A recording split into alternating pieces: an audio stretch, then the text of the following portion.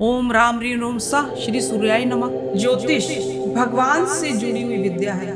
तो क्या ये संभव है कि जो मेरे भाग्य में लिखा हुआ है वो ज्योतिष के रेमेडीज के थ्रू उसे बदला जा सकता है? भाग्य को क्या कोई इंसान अपना बदल सकता है? जो हमारे भाग्य में लिखा है जी, वो होना जरूर है। क्या ये रियली संभव है किसी को वश में करना मंत्रोच्चारण से? तो वशीकरण जैसी विद्या इस धरती पर है और वशीकरण होता है। अगर वो किसी को वश में करने के लिए और नाजायज फायदा उठाने के लिए हो तो वो आपका वशीकरण कभी भी फलीभूत नहीं होगा। अब ब्लैक मैजिक करके क्या नुकसान किया जा सकता है? ब्लैक मैजिक है, बहुत तरह का है, लेकिन ब्लैक मैजिक इतना आसान भी नहीं है कि आपने 200-400 रुपये खर्च किए और किसी को भी आप चाहें तो ब्लैक मैजिक करके या तो मार दें, अपने पास ले आएं, उसको वश में कर लें या उसका बर्बाद कर दें। ये नहीं हो सकता।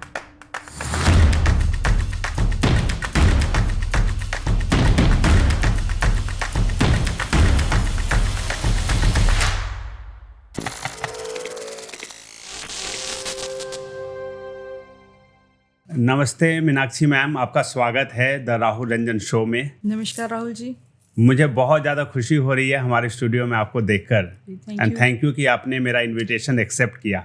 Thank you. मैम, सबसे पहले मैं चाहूँगा कि आपका जो एक्सपर्टीज का विषय है ज्योतिष, एस्ट्रोलॉजी, तो हमारे दर्शकों को सबसे पहले ये बताएं कि ज्योतिष क्या है। देखिए राहुल जी, ज्योतिष जैसे अपने नाम से ही पता चल जाता है कि ज्योतिष है क्या। ईश्वर की ज्योति।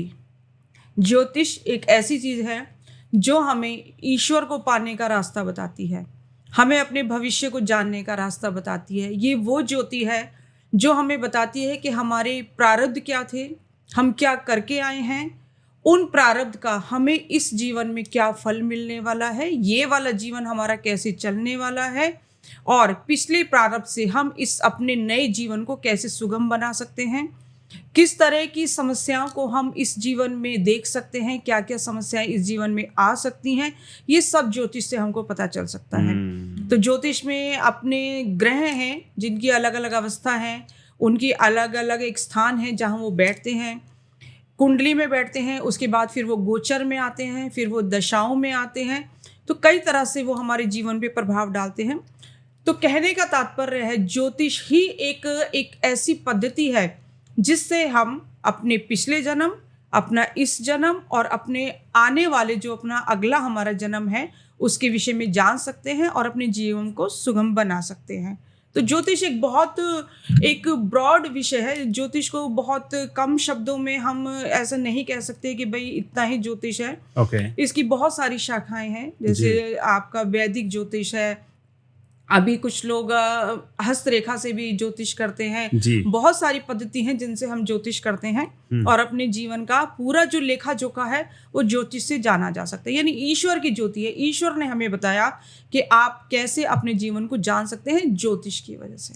तो मैम, आप ये बताइए कि जैसा आपने बोला कि हम अपना पास्ट देख सकते हैं, पिछले जन्म के बारे में भी जान सकते हैं, अपने फ्यूचर के बारे में, अपने भविष्य के बारे में जान सकते हैं, तो क्या ये संभव है कि जो मेरे भाग्य में या किसी के भी भाग्य में लिखा हुआ है वो ज्योतिष के रेमेडीज के थ्रू उसे बदला जा सकता है? भाग्य को क्या कोई इंसान अपना बदल सकता है? सबसे पहले बात यह है कि भाग्य में जो हमारे भाग्य में लिखा है वो होना जरूर है। जो हमारी कुंडली हमें मिलती कैसी है, सबसे पहले आप राहुल जी ये देखिए, हमें जो ये कुंडली मिली है, हमें जो ये ग्रह मिले हैं, हमारी कुंडली में जो ये ग्रह बैठे हैं, ये हमारे प्रारब्ध से मिले हैं। हमें कहाँ जन्म लेना है, हमें किसके घर में जन्म लेना है, हमें किस कुल में जन्म लेना है, हमारे माता पिता कौन होंगे, हमारे पूर्वज कौन होंगे, हमारे भाई बहन कौन होंगे, हमारे रिश्तेदार मामा चाचा कौन होंगे, ये सब हमारे पिछले जन्म का हमारे कर्म है, हमारे प्रारब्ध हैं जो हमें इस कुंडली से मिले हैं। इस कुंडली में हमारे सब लिखा है कि कौन हमारे माता पिता होंगे, किस हमारे कुल में हमारा जन्म होगा। आज हम जो भी कर रहे हैं सिर्फ अपने ग्रहों की वजह से करते हैं।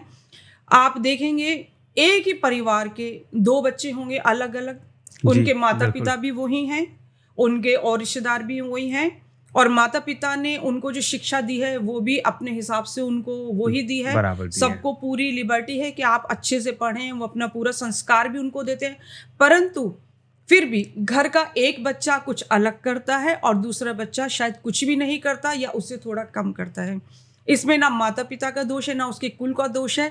किसका फर्क है? उसके ग्रहों का, उसकी जन्म कुंडली का, उसके प्रारब्ध का, जो उसके पिछले जन्म का जो प्रारब्ध था, जिसकी वजह से उसको ये कुंडली मिली है, जिसकी वजह से उसको ये ग्रह मिले हैं, उसको वो उसी दिशा में ले जाएंगे। अच्छा। उसी घर का एक बच्चा अगर डॉक्टर बनता है या कहीं विदेश में जाके सेटल होता है और दूसरा बच्चा गांव में खेती बाड़ी कर रहा है। एक बच्चा बहुत स्वस्थ है, बहुत अच्छी उसकी हेल्थ है, परिवार चल रहा है, दूसरा बच्चा पैदा होने से बीमार है।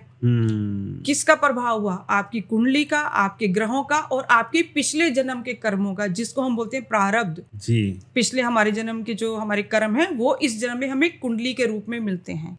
तो ये है ज्योतिष और ये है हमारी ग्रह और कुंडली का प्रभाव। अभी इंटरनेट पे यूट्यूब पे मैं कुछ वीडियोस देख रहा था एस्ट्रोलॉजी से रिलेटेड जी। तो मैंने कई लोगों को मैंने इंटरनेट पे ये देखा बोलते हुए कि किसी एक शब्द के उच्चारण मात्र से खूब सारा पैसा आ सकता है। उन्होंने इंटरव्यू में ऐसा कहा कि कोई एक शब्द है, मैं उनका नाम नहीं लेना चाहूंगा जी। उन्होंने कहा कि ये शब्द 51 बार अगर आप प्रतिदिन बोले तो ढेर सारा पैसा आएगा। तो ये मुझे थोड़ी सी शंका हुई इस बात पे कि क्या मैं कोई काम ना करूं, बैठा रहूं और सिर्फ उस शब्द के उच्चारण से और सबको पैसा मिले, क्योंकि इंटरनेट में मिलियन लोग देख रहे हैं जी। लाखों लोग देख रहे हैं। तो क्या सबके सब उच्चारण करने लग जाए घर में बैठ के और कोई काम ना करे और पैसा आना शुरू हो जाएगा? देखिए, ये तो किसी भी तरह से संभव है ही नहीं कि आप घर बैठे रहें, कुछ भी ना करें और आपको पैसा जो है वो अकाउंट में आता रहे जी। बिना कर्म करे तो माँ लक्ष्मी भी नहीं आएंगी। और ना ही ऐसा मेरी लाइफ का एक्सपीरियंस रहा कि आप किसी एक शब्द का उच्चारण करें और उससे पैसा आए। ऐसा कभी ना हुआ है, ना कभी ऐसा होगा। हाँ, ये है, माँ लक्ष्मी को प्रसन्न करने के लिए आपको सबसे पहले तो इन सब शब्दों से दूर रह के आप कीजिए वैदिक उपाय। उससे भी पहले वो पैसा आपके कर्म में, आपके भाग्य में होना चाहिए। अगर आपके भाग्य में माँ लक्ष्मी नहीं है तो आप उपाय करेंगे तो कई बार वो भी आपको ना कर पाए, ना संभव हो पाए, ऐसा हो सकता है। अगर आपके भाग्य में पैसा है, अगर आपकी कुंडली में धन आने का योग है तो आप बहुत कम मेहनत से भी पैसा कमाएंगे। एक मजदूर जो है शायद वो बहुत मेहनत करता है जी। और एक जो यूट्यूबर लगा लीजिए या अगर कोई और उद्योगपति है हाँ। शायद वो बहुत कम मेहनत करता है जी। शायद आज की डेट में हम देखते हैं यूट्यूब पे बहुत तरह की वीडियोस आती हैं, लोग गाना गा के या अपनी कोई भी एक्टिविटी को करके बहुत अच्छा पैसा कमा रहे हैं जी। और एक जो बहुत मेहनती व्यक्ति है जो सुबह से शाम तक किसी फैक्ट्री में काम कर रहा है, कहीं काम कर रहा है, वो बहुत मेहनत कर रहा है, रिक्शा चला रहा है एग्जाम्पल के लिए, वो उतना पैसा कभी नहीं कमा पाएगा। क्यों? उसका भाग्य है, उसके भाग्य में मेहनत है, उसका शनि कमजोर है, वो नहीं करेगा। और जिसके भाग्य में पैसा है वो आएगा ही आएगा। आपने बात की कि क्या एक शब्द के उच्चारण से पैसा आ सकता है, ये ऐसा कभी पॉसिबल नहीं है जी। क्योंकि शास्त्रों में ऐसा कुछ भी नहीं लिखा। हमारे जितनी भी क्लासी लिखे गए हैं, जो भी ऋषि मुनियों ने हमें बताया है कि महालक्ष्मी को प्रसन्न करने के लिए किसी भी ऐसे एक शब्द के उच्चारण से नहीं है। हाँ, ये है, अगर आप माँ लक्ष्मी को प्रसन्न करना चाहते हैं तो जो हमारे वैदिक मंत्र हैं उनका सहारा लिया जाता है। और वैदिक मंत्र अपने आप में संपूर्ण हैं। आजकल जितने भी ये शब्द चल रहे हैं वो हमारे वैदिक मंत्रों को कहीं से भी रिलेट नहीं करते हैं। तो हमारे जो वैदिक मंत्र हैं उनमें इतनी शक्ति है कि माँ लक्ष्मी को आकर्षित किया जा सकता है। आप देखते ही हैं हिंदू धर्म में हमेशा से हम दीपावली पर माँ लक्ष्मी की पूजा करते हैं। और वो ऐसा नहीं कि हम सिर्फ करने के लिए करते हैं, ऐसा एक्सपीरियंस है कि अगर आप करते हैं तो वाकई पूरे साल आपके ऊपर माँ लक्ष्मी की कृपा बनी रहती है जी। माँ लक्ष्मी की कुछ विशेष सामग्री हैं, जैसे माँ लक्ष्मी को बेलगिरी बहुत पसंद है। बेलगिरी का पाउडर है, अच्छा। बेल के पेड़ की लकड़ियां हैं, अगर उन पे हवन किया जाता है वैदिक मंत्रों से जी। कमलगट्टे माँ लक्ष्मी को बहुत पसंद है, बूरा है, तिल है। इन सब सामग्री से अगर कोई भी व्यक्ति श्री सुक्तम का हवन करता है, जो मेरा एक्सपीरियंस है वो मैं आपको बता रही हूँ, और जिससे वाकई माँ लक्ष्मी प्रसन्न होगी। अगर श्री सुक्तम के 16 श्लोक का हवन अगर कोई व्यक्ति करता है, हाँ, उससे जरूर संभव है कि माँ लक्ष्मी की कृपा हो, परंतु उससे पहले उसे थोड़ा अपने कुंडली के ग्रहों को अनुकूल करना चाहिए। भगवान में आस्था होनी चाहिए, माँ लक्ष्मी पे विश्वास होना चाहिए, अपने कर्म ठीक होने चाहिए, आपने आपका जो दूसरों के प्रति आपका जो भाव है वो ठीक होना चाहिए। किसी का अहित करने की भावना से अगर आप कुछ भी करेंगे तो आपका कोई भी उपाय, कोई भी माँ लक्ष्मी की कृपा आपके ऊपर कभी नहीं होगी। अगर आप किसी दीन दुखी की सेवा नहीं करते हैं, आप दान नहीं करते हैं, आप किसी के बुरे वक्त में साथ नहीं देते हैं, तो विश्वास मानिए अगर माँ लक्ष्मी आपके पास आ भी जाती हैं तो वो ज्यादा समय नहीं टिकेगी।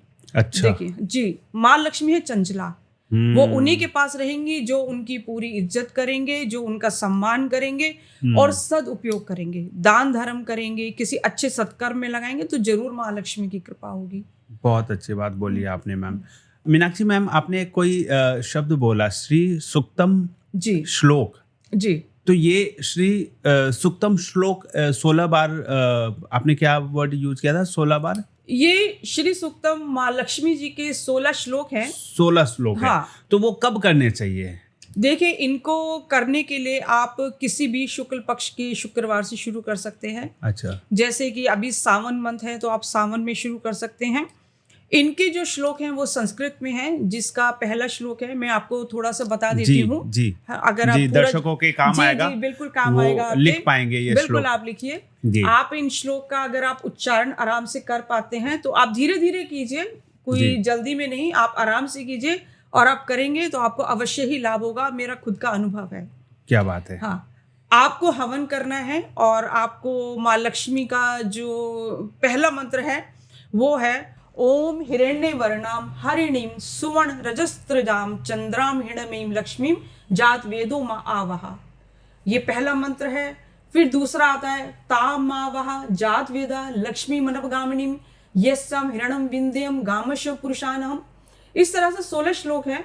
आप इनका आराम से उच्चारण करेंगे तो आपको अवश्य लाभ होगा, और अगर आपको कभी जरूरत हो हमारी तो हम भी आपकी अवश्य सहायता करेंगे मंत्रों को बताने में। बहुत बढ़िया। इसको सही उच्चारण के साथ, सही भाव के साथ करें तभी फायदा होगा। तभी फायदा होगा। हाँ, तभी फायदा। बहुत बढ़िया। और लोगों के मन में दूसरों के प्रति द्वेष, दूसरों के प्रति घृणा, ईर्ष्या, ऐसा भाव रख के कोई, अगर ये आप कह रही हैं कि अगर ये श्लोक भी पढ़ा जाए तो वो फायदा नहीं मिलेगा। कोई फायदा नहीं मिलेगा। अगर आप अच्छी भावना से करेंगे तो जरूर लाभ मिलेगा। आजकल आप तो 25 साल से भी ज्यादा टाइम आपको हो गया एस्ट्रोलॉजी में। जी।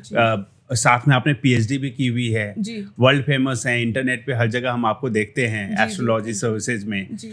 तो आजकल कई ऐसी वेबसाइट और ऐसे पोर्टल्स और ऐसे मोबाइल ऐप्स आ गए हैं इंटरनेट पे, जहाँ पे हजारों लाखों एस्ट्रोलॉजर्स उपलब्ध हैं टेलीफोनिक सेवा के लिए, उपाय बताने के लिए, वीडियो कॉल पे आने के लिए, जहाँ पे पर मिनट के चार्जेस होते हैं, लोग रिचार्ज करते हैं और वहाँ पे आके उपाय लेते हैं। तो क्या आप भी ऐसी किसी वेबसाइट पे रजिस्टर्ड हैं? जी राहुल जी, हम ऐसी किसी भी वेबसाइट, किसी भी पेज पर अवेलेबल नहीं है।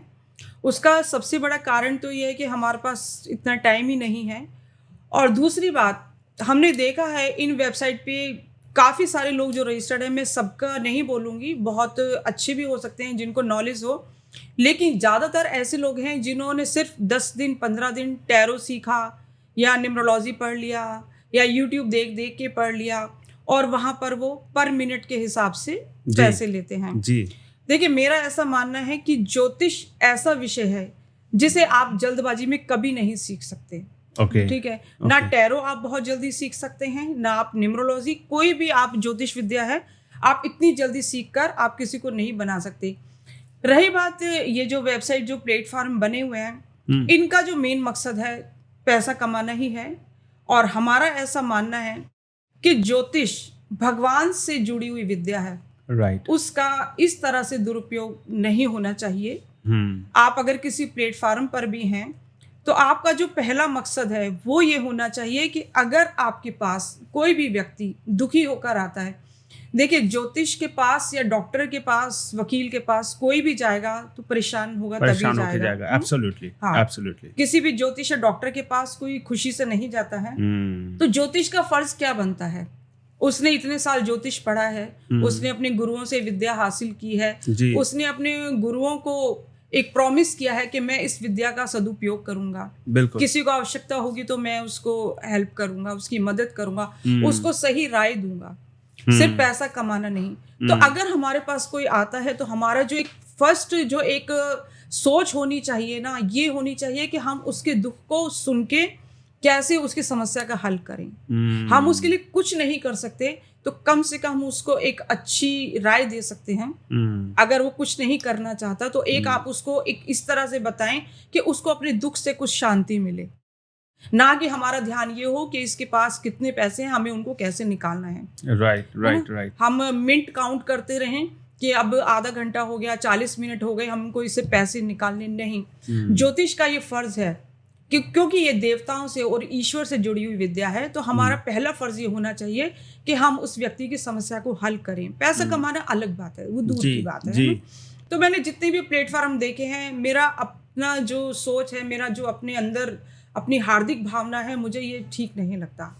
हमारे पास भी बहुत सारे लोग आते हैं ऐसी समस्या लेकर, और कई तो ऐसे आते हैं कि मैं बहुत परेशान हूँ, है ना, मेरे पास ना अभी जॉब है, मैं परिवार से भी अलग हुआ, मेरे बीवी बच्चे भी मुझे छोड़ गए, सबसे बड़ी बात है मेरे पास पैसा ही नहीं है। अब ऐसी अवस्था में हम ये सोचें कि हम इससे पैसा कैसे ले, तो मेरे ख्याल से इससे बुरा तो कुछ नहीं हो सकता। ज्योतिष सीखने के बाद, किसी ज्योतिषी के लिए इससे बुरा कुछ नहीं हो सकता कि उस अवस्था में भी अगर वो ये सोचे मैंने इससे पैसा निकालना है। मीनाक्षी मैम, मैं ये जानना चाहता हूँ कि वैदिक एस्ट्रोलॉजी का आपने जिक्र किया था थोड़ी देर पहले, तो ये वैदिक एस्ट्रोलॉजी, न्यूमरोलॉजी, टैरो रीडिंग और भी कई प्रकार के टेक्निक्स हैं जिनसे लोग उपाय ढूंढना चाहते हैं। एस्ट्रोलॉजी में भी कई प्रकार के एस्ट्रोलॉजी होते हैं, तो कई लोग कंफ्यूज हो जाते हैं कि कौन सी एस्ट्रोलॉजी सबसे सटीक प्रेडिक्शन दे सकता है और कौन से एस्ट्रोलॉजी पे मैं बिलीव करूं। देखिए राहुल जी, जो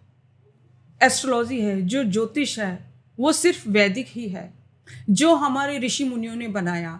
अभी हम लोग जो ज्योतिष करते हैं वो ऋषि पराशर का बनाया हुआ है। अच्छा। हाँ, तो हम लोग जो करते हैं नॉर्थ इंडिया में पूरा जो चलता है वो पराशरी ज्योतिष है। जो साउथ में चलता है वो ऋषि जैमिनी ने बनाया, वहां पर जैमिनी एस्ट्रोलॉजी चलती है।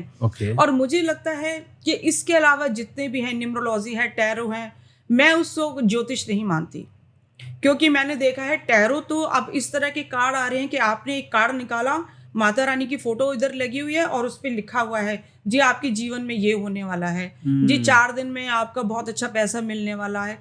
अब मुझे खुद समझ नहीं आता कि ऐसा कैसे कोई बता सकता है। रही बात वैदिक एस्ट्रोलॉजी की, देखिए वैदिक एस्ट्रोलॉजी की जो शुरुआत होती है, जो उसका बेस है, वो है ग्रह।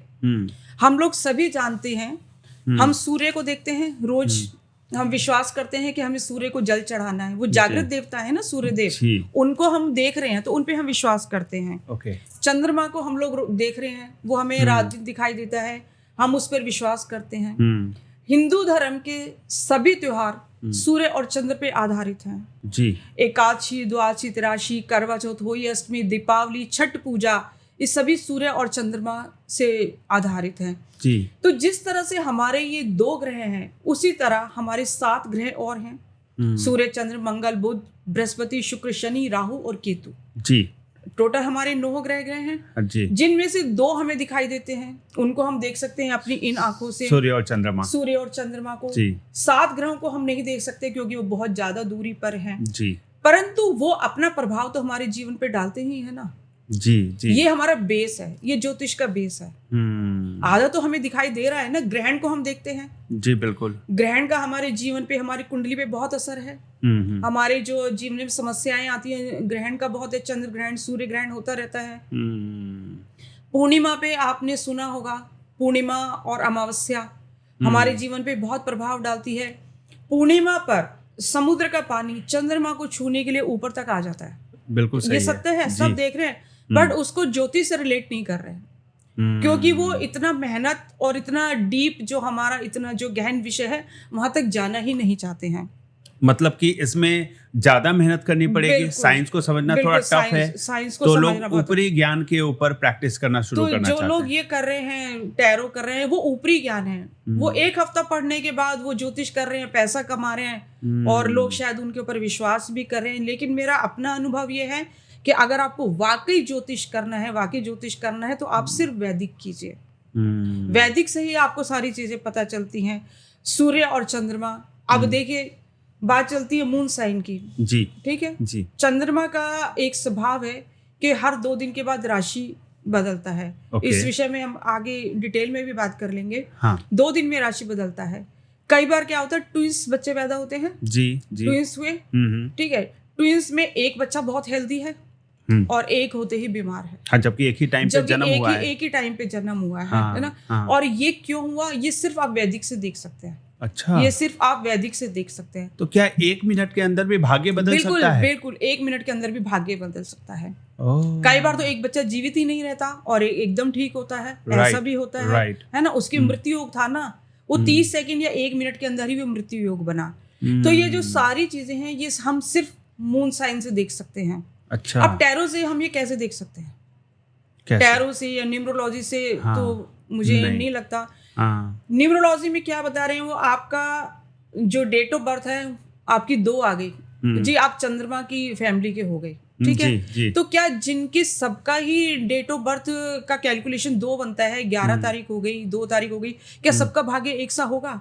क्या सबको एक ही उपाय काम करेगा? पॉसिबल ही नहीं है। जब ट्विंस बच्चों का भाग्य एक सा नहीं है तो जो एक ही डेट के सारे हैं पूरे संसार में, सबका भाग्य एक जैसा कैसे हो सकता है? कैसे हो सकता है? तो न्यूमरोलॉजी के अकॉर्डिंग तो ट्विंस है, उनका भाग्य एक होना चाहिए, उनका एक होना क्योंकि चाहिए। Date of birth, date, month and year everything is same, सब कुछ सेम है, बट टाइम भी सेम है। टाइम भी सेम है जी। ये सिर्फ हम वैदिक से ही इसको देख सकते हैं। ओके, कि दोनों बच्चों में इतना फर्क क्यों है जबकि एक ही समय पे उनका जन्म हुआ है। तो मेरे हिसाब से वैदिक जो है वो ही ज्योतिष है, जो विद्या है अपनी ऋषि मुनियों की बनाई हुई, सिर्फ वो ही एक विद्या है। बाकी जो सब है ज्यादातर इनमें सब चाइनीज है। अच्छा, हाँ, चाइनीज थेरेपी है, टैरो हो गई, ये सब ये चाइनीज है। ये भारतवर्ष में नहीं और बना। मुझे लगता नहीं कि भारत में ये बहुत कामयाब है और इनकी प्रैक्टिस भी बहुत ज्यादा करनी चाहिए या इनके ऊपर विश्वास भी करना चाहिए। अच्छा, ओके। अगर वाकई कोई अपना भविष्य जानना चाहता है, अपना भूतकाल जानना चाहता है या वर्तमान में कोई समस्या है, उसको सिर्फ वैदिक पे ही विश्वास करके चलना चाहिए। ओके। कुंडली मैचिंग होती है शादी से पहले, भारत में तो बहुत ज्यादा पॉपुलर है, स्पेशली हिंदू में। जी जी। तो अभी बहुत ज्यादा ऐसे केसेस आ रहे हैं जहाँ पे सेपरेशन के केसेस हैं जी। लोगों ने कुंडली मैच करा के, गुण मैच करा के और उनकी शादियां हुई और शादी के 6 महीने बाद, साल भर के बाद या कुछ टाइम के बाद सेपरेशन के केसेस आ रहे हैं। या तो पति पत्नी साथ में खुश नहीं है या वो डाइवोर्स फाइल करना चाहते हैं या बिना डाइवोर्स के भी सेपरेटेड रह रहे हैं। तो इसमें कुंडली मैच करने का क्या फायदा हुआ? अगर कुंडली मैच करके भी यही परिणाम आना है और तो फिर वो गुण मिलाने का क्या फायदा हुआ? राहुल जी, ये भी एक बहुत अच्छा विषय है। लोग कुंडलियां मिलाते हैं, बावजूद उसके सेपरेशन हो रहा है, लोग आपस में खुश नहीं है। लेकिन मेरा ये मानना है और मैं ऐसा करती हूँ कि जब भी आप 2 लोगों की कुंडली मिलाएं, उससे पहले आप इंडिविजुअल कुंडली को रीड करें। ओके। हाँ, आप एक लड़की और एक लड़के की शादी करना चाहते हैं, आप उन दोनों की कुंडली मिला रहे हैं, लेकिन उससे पहले आप उन दोनों की कुंडलियों को अलग अलग रीड करें। हम ऐसा ही करते हैं। आप ये देखें, जिस लड़के से शादी होने वाली है जी, वो आगे उसका सबसे पहले तो लाइफ देखें कि इसका जीवन है। अच्छा। हाँ, इसके भाग्य में पैसा है, ये व्यवसाय करेगा, इसके भाग्य में संतान है, ओके, आयु है इसकी, पहले ये रीड करें। ऐसे ही लड़की का भी पहले लड़की का देखें कि निकट भविष्य में कोई ऐसी दशा तो नहीं है कि लड़की बीमार पड़ जाए। ओके। कोई ऐसा तो नहीं कि लड़की की किस्मत में, उसकी कुंडली में संतान का योग ही ना हो, उसका पंचम भाव बहुत खराब हो, पंचम भाव में कोई क्रूर ग्रह बैठे हों, क्रूर ग्रहों की दृष्टि हो, जिससे इस लड़की की कोई सर्प दोष बना हुआ हो, कोई विष दोष हो, कि लड़की की कुंडली में संतान का योग ही ना हो। उसके बाद अगर आप कुंडली मिलाते हैं, और उससे भी बड़ी बात, अगर जन्म के समय आपका समय ठीक नहीं लिखा गया है, क्योंकि कई बार क्या होता है, जब बच्चे का जन्म हॉस्पिटल में होता है तो उसमें 15-20 मिनट, आधे घंटे का हेर फेर टाइम में मिलता है जी, ठीक है। अगर आपका टाइम परफेक्ट नहीं है तो आप कुंडली मिलान भी करेंगे तो उसमें गलती हो सकती है। हाँ, यानी कि मेरे पास या लड़के के पास या लड़की के पास जो कुंडली है, वो हो सकता है कि वो उसकी कुंडली नहीं है, उसकी कुंडली वो नहीं है, उसके जन्म का टाइम अगर गलत लिखा हुआ है तो 2 मिनट में भी आपने तो बोला 2 30 मिनट सेकंड भी में ही उसका पूरा फर्क आ सकता फर्क। है। तो एग्जैक्ट टाइम होगा वही एक्यूरेट कुंडली है। जी, एग्जैक्ट टाइम होगा तभी आपकी जो प्रेडिक्शन है, जो भी आप करने वाले भविष्यवाणी, तभी वो ठीक निकलेगी। और दूसरी बात सेपरेशन की, अगर आपकी कुंडली में डिवोर्स का योग है, सेपरेशन का है, तो अवश्य हो के रहेगा। और Okay. अगर नहीं है, अगर आपकी कुंडली में या जिसकी भी आप देख रहे हैं सप्तम भाव पे बृहस्पति की दृष्टि पड़ती हो ओके और किसी क्रूर ग्रह की दृष्टि नहीं हो, तो वो कितना भी चाह लें, उनका सेपरेशन नहीं हो सकता। अच्छा। हमारे पास ऐसी कुंडलियां आई हैं, ऐसे लोग आए हैं जो डिवोर्स लेने के लिए उन्होंने फर्स्ट मोशन भी साइन किया है, जो 6 मंथ का पीरियड होता है, जी जी। साइन किया है, बावजूद उनका डिवोर्स नहीं हो पाया। ऐसे भी क्लाइंट आए हैं जिन्होंने जल्दबाजी में डिवोर्स ले लिया, परंतु कुंडली में योग नहीं था। आज वो 5 साल के बाद फिर उसी वाइफ के साथ पैचअप चाहते हैं। अच्छा। उसी के साथ पैचअप कर रहे हैं, क्योंकि योग तो था नहीं। बट दशाएं ऐसी आई कि उन्होंने एकदम से गलत डिसीजन लिया। हाँ, जिसकी वजह से सेपरेशन कर लिया, लेकिन वापस वो उसी रिलेशनशिप में आना चाहते हैं। तो कहने का तात्पर्य है कि अगर आपकी कुंडली में सेपरेशन नहीं है, तो कोई ताकत आपका सेपरेशन नहीं करा सकती। और सेपरेशन अगर होना है तो शायद कोई रोक भी नहीं सकता।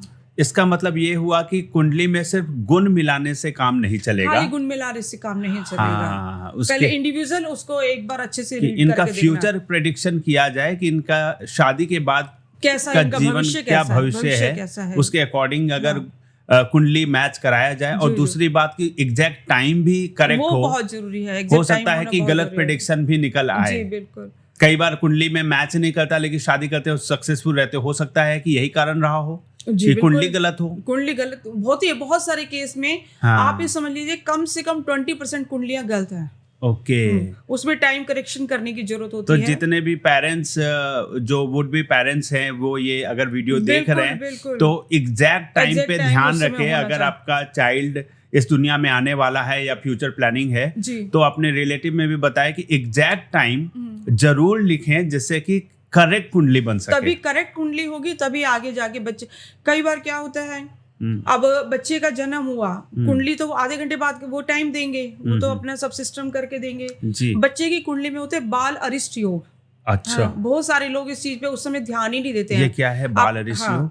अपनी खुशी खुशी में वो उस समय बच्चे का देखते ही नहीं है, तुरंत पंडित को नहीं दिखाते हैं कुंडली। जी। कई बार होता है मूल दोष होता है, बच्चे की कुंडली में मूल होते हैं। बाल अरिष्ट योग होता है, जिससे कि क्या हुआ, जन्म के बाद तुरंत बच्चा बीमार पड़ जाता है। अब जॉइंटिस की बीमारी बहुत ज्यादा बच्चों में इस समय पाई जा रही है कि बच्चा पैदा हुआ जी, उसको नर्सरी में रखा, उसमें ठीक है रखते हैं उसको आईसीयू में, और जॉइंटिस बहुत निकलता है। अच्छा, अब उसका क्या प्रॉब्लम होती है कि बच्चे की कुंडली में होते हैं बाल अरिष्ट योग। ओके। अगर जन्म के समय बच्चे का चंद्रमा 6ठे भाव में है तो ये बाल अरिष्ट योग है। 6 महीने तक बच्चे को बहुत कष्ट रहेगा। अच्छा। अगर हम बच्चे का ट्रीटमेंट कराने के साथ अगर उसके चंद्रमा का भी उपाय हाथ के हाथ कर लें तो बच्चा बहुत जल्दी कवर करेगा। ये क्या उपाय है? सबसे इसमें अच्छा जो उपाय रहता है कि चावल लेकर, चंद्रमा जो है उनके लिए चावल लेकर और गंगा जल। सबसे बेस्ट ये है कि आप सोमवार के दिन शिव जी पे चढ़ाएं। हाँ। और बच्चे के सिरहाने कोई भी चांदी की चीज रख दीजिए, जिससे कि उसका चंद्रमा मजबूत होगा। क्योंकि आपने देखा है पुराने जमाने में, अभी भी है, बच्चों को गले में चंद्रमा, सूर्य, छोटा चाकू, ये सब पहनाने की प्रथा थी। जी। हाथों में बच्चों को काले मोती पहनाए जाते थे। बट अब इतना सब मॉडर्न होते जा रहे हैं, उन चीजों को पीछे छोड़ते जा रहे हैं। कुंडली में जो 2 ग्रह हैं वो बच्चे के जन्म के समय सबसे ज्यादा इफेक्ट करते हैं, सूर्य और चंद्रमा। बच्चे को पैदा होते ही फीवर हो जाता है, कहते हैं ना हाई फीवर है बच्चे को। उसके लिए पहले ही बच्चे को लोग सूर्य पहनाते थे, धागे में डाल के, चांदी का या गोल्ड का बना के। चंद्रमा प्रथा है, बच्चे को गले में चांदी का चंद्रमा बना के पहनाया जाता है। क्यों? वो लोग जानते नहीं है कि हम क्यों पहना रहे हैं, लेकिन वो वाकई में बहुत अच्छा करते हैं, अपने बच्चे का चंद्रमा मजबूत करते हैं और उससे बच्चे को बल मिलता है। अच्छा। हाँ। दूसरा होता है, एक आपका बालारिष्ट हो गया, यह होता है बच्चे का मूल में जन्म, मूलों में जन्म, जो कि कई बार हमने देखा है। अभी हमारे पास आए थे रिसेंटली एक क्लाइंट, उन्होंने कहा जब से मेरे बेटे का जन्म हुआ है तब से मैं बर्बाद हो गया हूँ। अच्छा। हाँ जी। ओके। है ना, कहने में उनको भी बुरा लग रहा था, बट हमने कहा बताएंगे तो हमें प्रॉब्लम लगी। हाँ, कि क्या वजह है? हाँ, जब से बेटे का मेरे जन्म हुआ मैम, तब से ना मेरा डाउनफॉल शुरू हो गया।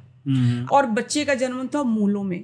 ओके, मूलों क्या होता है ये? हमारे सिर्फ 27 नक्षत्र हैं। अच्छा। टोटल 27 नक्षत्र हैं ज्योतिष में जी, जिसमें अश्विनी, भरणी, कृतिका, रोहिणी, इस तरह से 27 नक्षत्र हैं जी। जिनमें से 6 नक्षत्र ऐसे हैं जिनको हम बोलते हैं मूल के नक्षत्र। अच्छा। इन नक्षत्रों में अगर बच्चे का जन्म होता है तो बच्चों को मूलों में जन्म हुआ मानते हैं। जैसे अश्विनी नक्षत्र है, अश्लेषा है, रेवती है, ठीक है। 6 नक्षत्रों में अगर बच्चों का जन्म होता है तो मूलों का जन्म माना जाता है। अब ऐसी प्रथा है, प्रथा नहीं, ये बहुत जरूरी है ज्योतिष में कि वो जो नक्षत्र, जिस नक्षत्र में बच्चे का जन्म हुआ है, अगर मूलों में हुआ है तो पिता को 27 दिन तक बच्चे का मुंह नहीं देखना चाहिए। बच्चे जो है पिता के लिए कष्टकारी होता है। हमारे बिहार में इसको सतैसा बोलते हैं। सतैसा बोलते हैं ना। हाँ, तो वही जो नक्षत्र है वो 27 दिन के बाद जी वापस आएगा। ओके। एक नक्षत्र एक दिन रहता है, टोटल 27 नक्षत्र। जब 27 दिन के बाद वही नक्षत्र आएगा तो उस मूल नक्षत्र की शांति होगी जी, जिसमें ऐसा प्रावधान है कि आप 27 जगह की मिट्टी, 27 पेड़ों के पत्ते, 27 कुओं का पानी, ये सब लेके एक पूरा उसकी एक विधि है, उससे मूल शांति की जाती है। ओके। उसके बाद वो पिता जो है अपने बच्चे का ले सकता है गोदी में, उसको देख सकता है। अगर वो ऐसा नहीं करते हैं तो वाकई पिता को कष्ट आएगा। तो कई बार तो हॉस्पिटल में बच्चे का जन्म हुआ और पिता तो खुशी से भागकर बच्चे को गोद में ले लेता है, नहीं पता है। अब अगर देख लिया चेहरा तो क्या अब इस प्रोसेस से जाने से कोई फायदा है? अगर देख लिया फिर भी कष्ट है तो उसके बाद आप जब भी पंडित को दिखाते हैं, ज्योतिष को जन्म पत्री दिखाते हैं और वो उसमें ऐसा देखता है कि बच्चे का जन्म मूल है, तो हमें मूल की शांति 27 दिन करा देनी चाहिए। उसके बाद ना देखे। हाँ, अब देख लिया, अब पता चल गया कि ये मूल पे। हाँ, पता चलने के बाद भी आप गलती कर रहे हैं तो वाकई कष्ट आएगा। तो 27 दिन के बाद अगर अश्विनी नक्षत्र है तो 27 दिन के बाद अश्विनी नक्षत्र होगा, जिस दिन आप उस दिन उस मूल शांति कराइए। इसमें क्या होगा, देखिए, बच्चे को हेल्थ इश्यूज रहेंगे, पिता के लिए भारी रहेगा, बच्चा बहुत जिद्दी रहेगा, बच्चे को नजर दोष होगा और बच्चे को आयु में भी दिक्कत आएगी। मूलों के बच्चे में बहुत दिक्कत आती है। मूल शांति होना बहुत जरूरी है। तो ये समय रहते करा लेना चाहिए। और अगर बहुत आयु हो गई है बच्चे की, भाई बचपन में नहीं देखा, बहुत दिक्कत है, बच्चा काम करने लगा, पढ़ने लगा, नहीं पढ़ रहा बच्चा, मन नहीं लगता उसका पढ़ने में, जिद्दी है, तब भी आप इस चीज को एक बार जन्म कुंडली में दिखा सकते हैं कि इसका जो जन्म है मूलों का तो नहीं है बच्चे का। अगर मूलों का जन्म है तो मूल शांति एक बार करवा देनी चाहिए।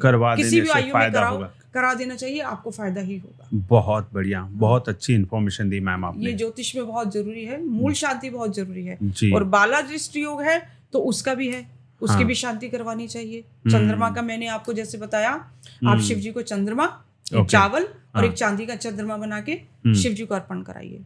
क्योंकि चंद्रमा तो खुद भगवान के शीश में विराजते हैं जी, तो एक चांदी का चंद्रमा बना के भगवान को अर्पण करना चाहिए। क्या बात है मीनाक्षी मैम, आपने बहुत अच्छे वैल्यूएबल सजेशंस दिए और जानकारी दी एस्ट्रोलॉजी से रिलेटेड। एक बहुत इम्पोर्टेंट क्वेश्चन है मेरे मन में आ रहा है, वो ये है कि पुनर्जन्म पे काफी लोग बिलीव करते हैं। वो कई केसेस इंटरनेट पे भी देखने को मिले हैं जहाँ पे कोई बच्चा ये क्लेम कर रहा है कि ये उसका दूसरा जन्म है, वो पिछले जन्म में कुछ और था, उसको याद भी है। तो हमें क्यों नहीं याद रहते पिछले जन्म की बातें? और वो क्या ये पुनर्जन्म सच में होता है? क्या कोई किसी का दूसरा जन्म हो सकता है? जी राहुल जी, पुनर्जन्म की अगर हम बात करते हैं तो ये तो एकदम यथार्थ सत्य है कि पुनर्जन्म होता है। हम जो सभी यहाँ पे बैठे हैं, हम कोई ना कोई जन्म काट के आए हैं, कोई ना कोई योनि को हम काट के आए हैं, तब हम यहाँ आए हैं। पुनर्जन्म होता है। अब पुनर्जन्म होता क्यों है? सबसे पहले अगर हम कुंडली के विषय में बात करते हैं, कुंडली से बात करते हैं, तो कुंडली का जो पंचम भाव है वो पुनर्जन्म का है। अगर कुंडली के पंचम भाव में कोई भी क्रूर ग्रह बैठे हैं या अभी कोई बृहस्पति बैठा है, कुछ ऐसा है, तो व्यक्ति का पुनर्जन्म होता है। अच्छा जी, ये कुंडली से रिलेट है कि कुंडली का पंचम भाव पुनर्जन्म है। अगर उस भाव पे किसी भी ग्रह की दृष्टि या कोई भी क्रूर ग्रह है तो व्यक्ति का पुनर्जन्म होगा। अब पुनर्जन्म होता क्यों है? देखिए, ईश्वर ने हमें एक निश्चित आयु जन्म के समय ही लिख के दे दी है जी। लिख के दे दिया है कि व्यक्ति 60 साल जिएगा, 65 साल जिएगा जी। इसकी मृत्यु 2024 में होनी है, जनवरी में होनी है, फरवरी, ये पहले से सब लिखा है। भगवान ने सब लिखा है। कई बार ऐसा होता है, सर्कमस्टांसेस ऐसे हो जाते हैं कि उस व्यक्ति का किसी भी तरह से अकाल मृत्यु होती है। ओके। पुनर्जन्म की जो एक जड़ है, जो वजह है, वो है अकाल मृत्यु।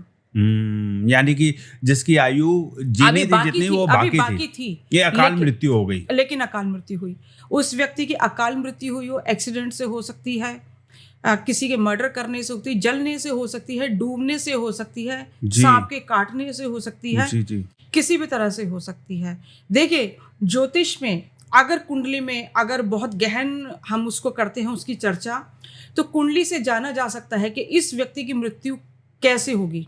हॉस्पिटल में होगी, घर में होगी, रोड पे होगी, मंदिर में होगी, आसमान में होगी, या जमीन के नीचे होगी। इतनी डिटेल्स है कुंडली में। जी, अगर गहन इसका किया जाए चर्चा, तो ये आप जान सकते हैं व्यक्ति की कैसे होगी। सांप के काटने से होगी, ये भी पता चलेगा। आग में जलने से होगी, ये भी पता चलेगा। डूबने से होगी, ये भी पता चलेगा। और चाकू छुरे से होगी, मर्डर होगा, ये भी पता चलेगा। अच्छा जी, ओके। तो देखिए, पुनर्जन्म की बात करते हैं। अगर किसी व्यक्ति की आयु अभी बाकी है, ईश्वर की तरफ से उसकी आयु लिख के आई थी 70 साल, और उसकी मर्डर हो जाता है, एक्सीडेंट में मर जाता है, तो जब तक उसकी आयु पूरी नहीं होगी, वो उस जीवन को जिएगा। ओके। उसको वो अपना जीवन पूरा करना है। ऐसी बहुत सारी हमारे पास आए हैं, केस भी आए हैं, हमने पढ़ा भी है, और उनमें सत्य भी है। उनको बहुत जाकर नजदीक से देखा गया है, उनकी पूरी बातों को स्टडी किया गया है, देखा गया है कि वो व्यक्ति जो है उतना समय वहां पर रहता है। अभी पीछे भी हमने सुना था कि एक व्यक्ति का हुआ था, मर्डर हुआ था, और उसने कहा कि मैं अपने घर की अलमारी पे बैठा रहता था। अच्छा। मैं अपने बाहर के पेड़ पे बैठा अपनी माँ को देखता था। सारी चीजें झूठ नहीं हो सकती, कोई एक झूठ हो सकता है, दो हो सकता है, लेकिन पुनर्जन्म होता है। ओके। जब तक उसकी आयु पूरी नहीं होगी, उसकी आत्मा भटकती रहेगी। जी। जैसे ही उसको कोई दूसरा शरीर मिलता है, वो उसमें प्रवेश करता है, और उसको बहुत सारी बातें अपनी याद रह जाती हैं। ओके। पुनर्जन्म तो अगर आप देखें ना, बहुत सारे लोगों का होता है, क्योंकि बहुत सारे लोगों को अकाल मृत्यु मिलती है। ओके। हर साल बहुत सारे लोग कहीं जाते हैं, तीर्थ पे गए, वहां पर होते हैं, अकाल मृत्यु होती हैं, उन सब का पुनर्जन्म भी होता है। उसमें से कुछ परसेंट जो लोग हैं, 1-2.1% लोग हैं जिनको अपने पिछले जन्म की स्मृति जो है वो याद रहती है, वो अपने पिछले जन्म की बातें बता पाता है। ये उनके कुछ ऐसे उनके ग्रह हैं जिससे उनको अपने पिछले जन्म की बातें याद हैं। कुछ उनके ऐसे कर्म हैं पिछले जन्म के जो अधूरे रह गए, है ना, जो वो उनकी आत्मा तड़प रही है जी, उसको पूरा करने के लिए, उसको पूरा करने के लिए उनको कुछ वो बातें याद रहती हैं। वो अपने पुरानी परिवार से जाकर मिलते हैं, कुछ अपने पुराने कर्मों को वो पूरा करते हैं। कुछ परसेंट है जिनको याद रहता है, अदरवाइज जिनकी भी अकाल मृत्यु हुई उनका पुनर्जन्म जरूर होगा। और ये सत्य है, पुनर्जन्म होते हैं, और कुंडली से भी देखा जा सकता है। अच्छा। अब विश्वास करें या ना करें, बट होता है। मीनाक्षी मैम, कई ऐसे लोग हैं जो निर्धन है, उनके पास पर्याप्त धन नहीं है, एस्ट्रोलॉजिकल रेमेडीज जैसे कि जेमस्टोन पहनना या कोई पूजा पाठ कराना, हवन कराना, वो एस्ट्रोलॉजर की फीस को नहीं भर पा रहे, या वो उपाय करने के लिए असक्षम है, उनके पास उतने पैसे नहीं है, तो क्या वो कभी अपने ग्रहों को, जितने भी नवग्रह है या कोई भी ग्रह, राहु दोष है, शनि की 7.5 चल रही है, इस प्रकार के कई और भी परेशानी है, तो क्या कोई उपाय है कि बिना पैसे खर्च किए या कम से कम खर्च करके वो अपने प्रॉब्लम को सॉल्व कर सकते हैं? जी बिल्कुल। अब हर व्यक्ति तो ज्योतिष के पास जाकर बहुत सारा पैसा नहीं खर्च कर सकता। जी। बहुत सारे हमारे पास भी ऐसे लोग आते हैं जो बहुत परेशानी में हैं, जो चाहते हैं कि हम अभी कुछ नहीं कर सकते जी, लेकिन हम जब भी हमारे पास होगा इन फ्यूचर, हम पूजा आप जो भी रिकमेंड करेंगे हम करवाएंगे, बट अभी हम इतनी परेशानी में हैं कि हम नहीं कर सकते।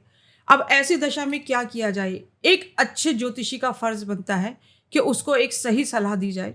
जी। सबसे पहले उस व्यक्ति की कुंडली का विश्लेषण करके उसकी जो भी समस्या है, अगर उसको बृहस्पति की दिक्कत है, उसका बृहस्पति खराब है तो उसका व्यवसाय खराब चलेगा, उसके संतान होने में दिक्कत आएगी, खुद का उसका स्वास्थ्य खराब है, डायबिटीज हो सकती है उसको, बृहस्पति से रिलेटेड है डायबिटीज, ठीक है, उसको किडनी में प्रॉब्लम हो सकती है, ये सब हो सकता है। अब ज्योतिषी को क्या करना है, वो कुछ नहीं करना चाहता।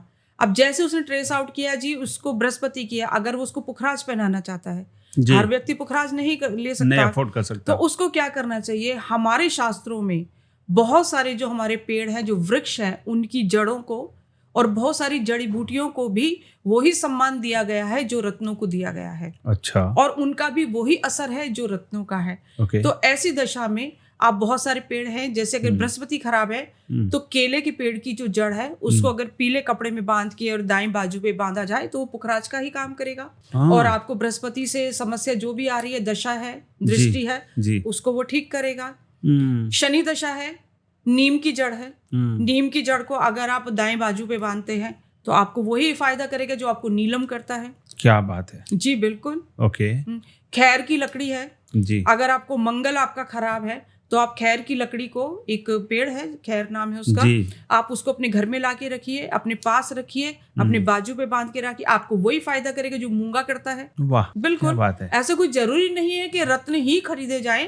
अगर कोई व्यक्ति अभी सक्षम नहीं है तो वो इन जड़ों का प्रयोग करके भी अपनी समस्याओं को हल कर सकता है।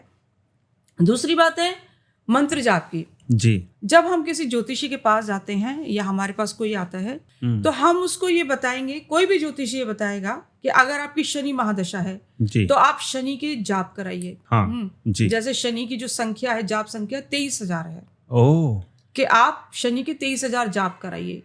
आपको राहु दशा चल रही है, आप राहु से प्रॉब्लम है, आपको आपका काम खराब हो रखा है, घर में आग लग गई है, आप विदेश जाने वाले थे लेकिन आपका जाना रुक गया, ये सब राहु के काम है। ओके, ठीक है, आपका घर में सेपरेशन हो रहा है, चोट लगी है, सब राहु के काम है।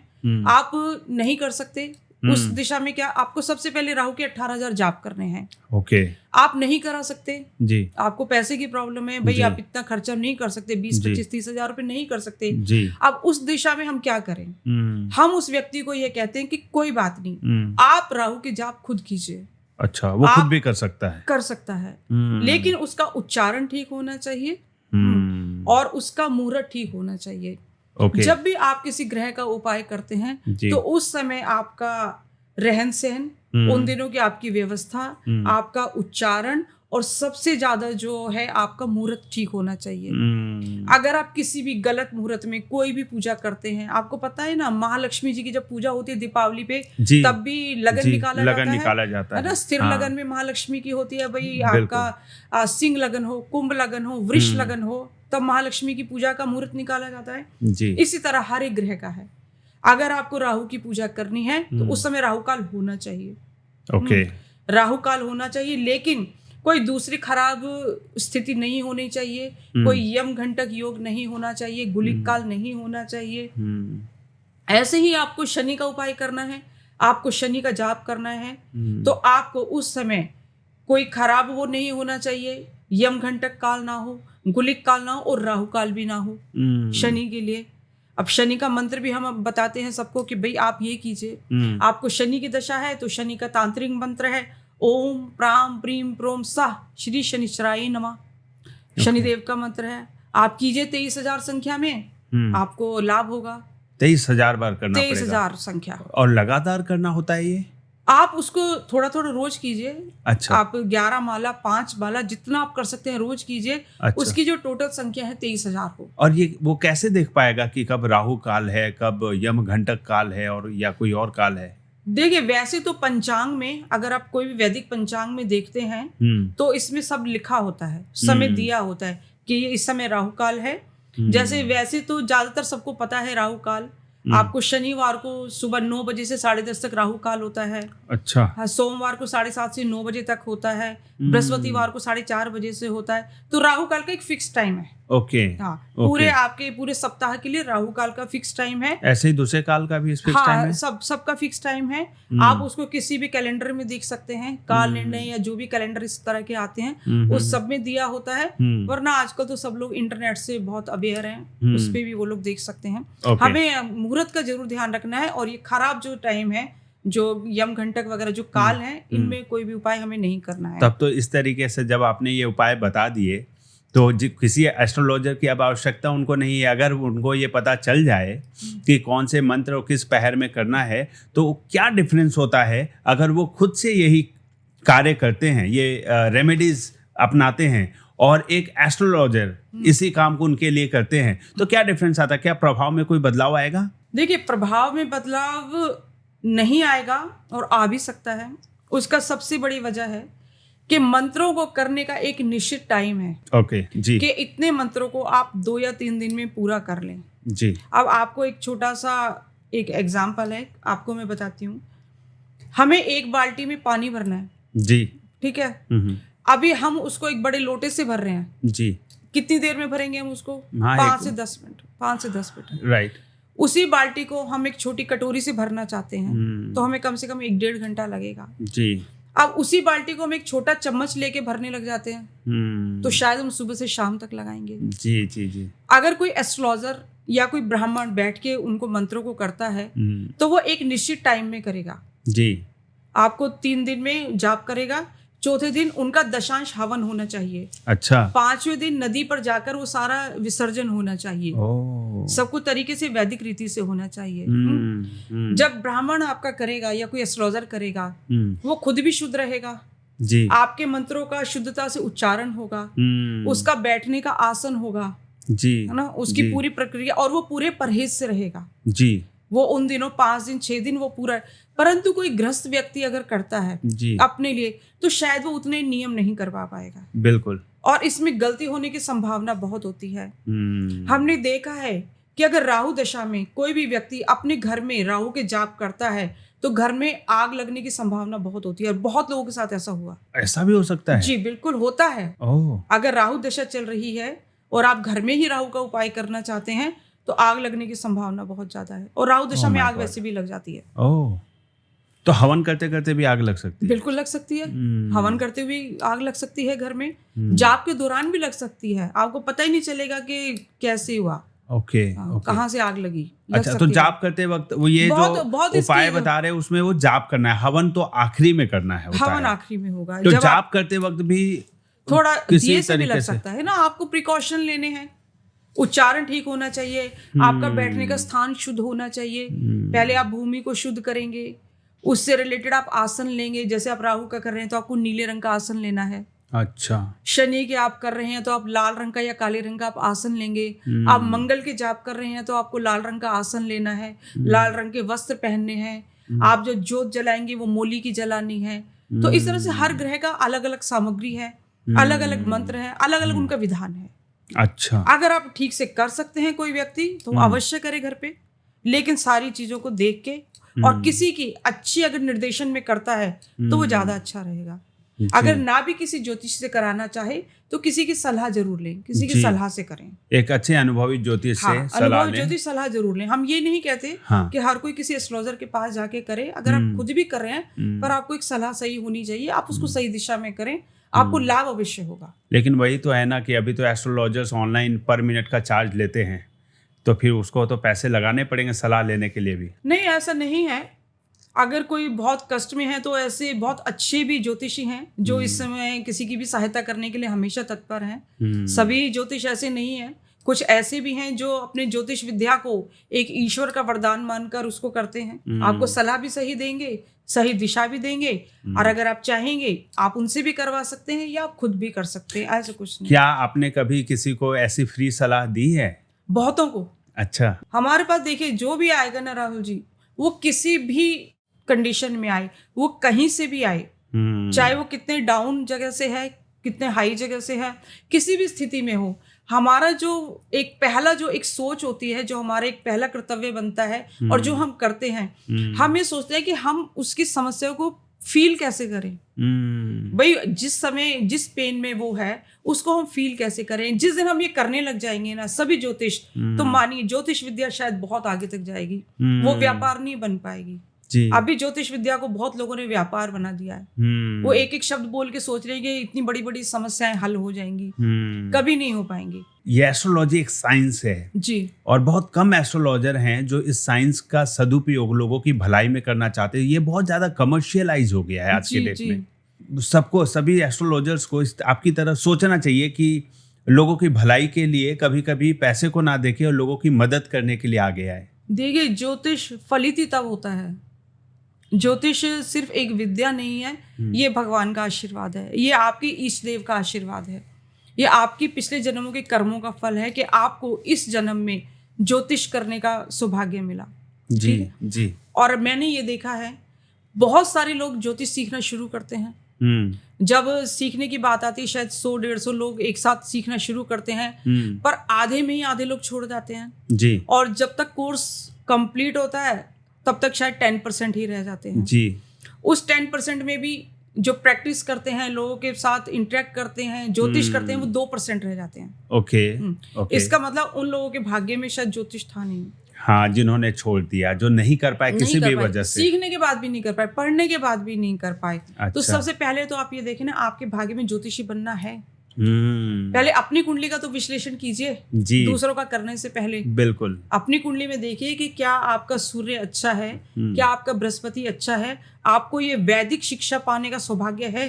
भगवान ने आपको दिया है ऐसी आज्ञा कि आप ज्योतिष पढ़ें, या आप लोगों को ऐसे ही मूर्ख बनाएं, वो ठीक नहीं है। जी। पहले आप अपनी कुंडली का विश्लेषण करें और ज्योतिष को ज्योतिष ना समझ के भगवान का आशीर्वाद समझें। आपने बात की थी कि क्या हमारे पास ऐसे कोई आए हैं कि हमने उनको फ्री में काम किया हो? जी, बहुत सारे आए हैं और मानिएगा उनमें से बहुत सारे ऐसे भी हैं जिनको शायद हम भूल गए और वो 2 साल बाद आके कहते हैं, मीनाक्षी मैम मैं तब आया था, आपने मेरी तब हेल्प की थी और मैं अब आपको पैसे देके जा रहा हूँ। क्या बात है। हमें याद भी नहीं है। ऐसा हुआ है, हमें याद भी नहीं ये कौन है। वो 1 साल बाद 2 साल बाद आते हैं, मैम मैं जब आया था मैं बहुत बुरी हालत में था, उस समय आपने हमारी हेल्प की थी और अब मैं आपको दे रहा हूँ। वाह वाह। क्योंकि हमें ऐसा नहीं लगता कि हमें सिर्फ पैसा कमाना है। पैसा आपके भाग्य में है, आपके पास विद्या है, अगले बंदे को आपसे काफी रिलीफ मिल रहा है, उसका कुछ सुधार हो रहा है, तो भगवान आपको अपने आप देंगे, आप ये मान के रखिए। और माँ लक्ष्मी तो किसी के पास रहती नहीं है जी। माँ लक्ष्मी ज्यादा समय तो किसी के पास रहेंगी नहीं, है ना। तो जितना आपसे अच्छा हो सकता है ना, आप उन लोगों का अच्छा कीजिए, वो अपने आप आएंगी।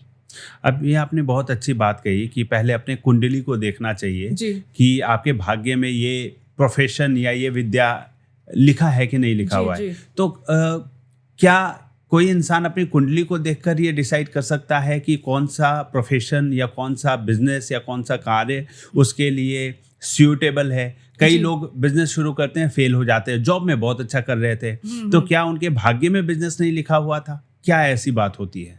जी बिल्कुल, आप अपनी कुंडली को देखकर ऐसा देख सकते हैं कि हमें बिजनेस करना है, या हमें नौकरी करनी चाहिए, या हमको विदेश जाना चाहिए, या हमें कुछ कोचिंग सेंटर खोलना चाहिए, क्या करना चाहिए, कुछ अलग करना चाहिए।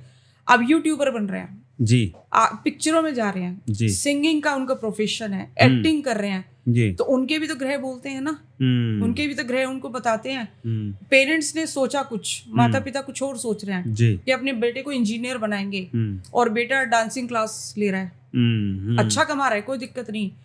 अगर कुंडली में बृहस्पति अच्छा है और आपका बुध भी अच्छा है तो ऐसा बच्चा टीचिंग में जाएगा। ओके। शनि उच्च का है, साथ में सूर्य भी है, लॉ भी कर सकता है, ओके, वकालत तक जा सकता है बच्चा। ठीक है, आपका बृहस्पति अच्छा है, आपका शुक्र भी अच्छा है, आपका मंगल भी अच्छा है, डॉक्टर बन सकता है।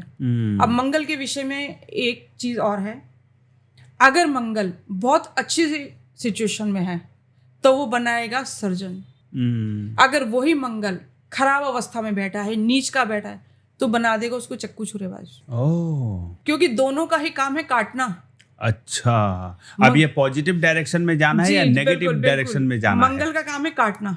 अच्छा। शनि का काम है बॉडी के किसी भी पार्ट को अलग करना, सेपरेशन का कारक है शनि। ओके। तो हमें कुंडली देख के ही सब पता लगेगा कि क्या प्रोफेशन होगा, ये सर्जन बनेगा या है ना चक्कू छुरेबाज बनेगा जी। ये सारी चीजें सब आप कुंडली से देख सकते हैं। अपने किस प्रोफेशन में जाएगा, एस्ट्रोलॉजर बनेगा बच्चा, वकील बनेगा, टीचिंग में जाएगा, पिक्चर में जाएगा, सिंगिंग करेगा, जो भी करेगा।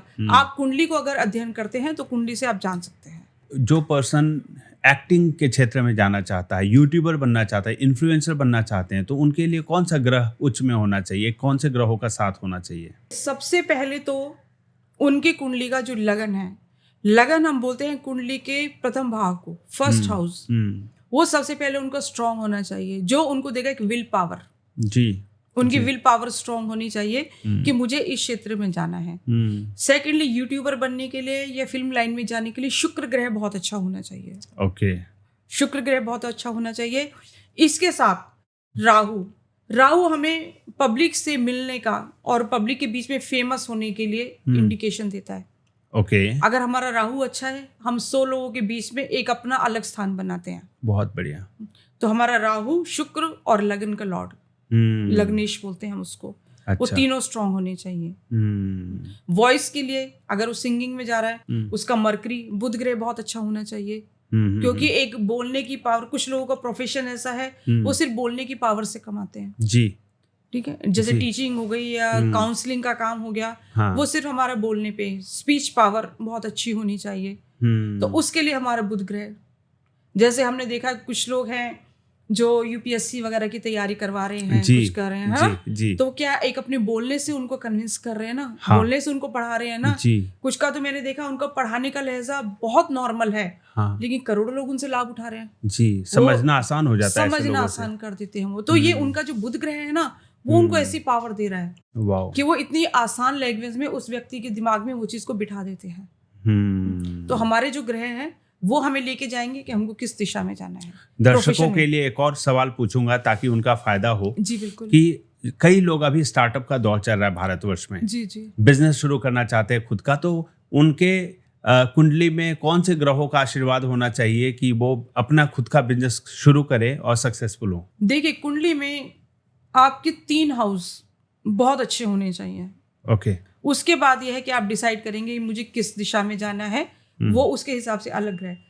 3 आपके भाव अच्छे होने चाहिए। आपका लगन, पंचम भाव जो कि सेल्फ का है, आपका सेल्फ, जो आपका कॉन्फिडेंस है, जो आपका ऑरा है, जो आपका सोच विचार है, वो आपका होता है फर्स्ट हाउस।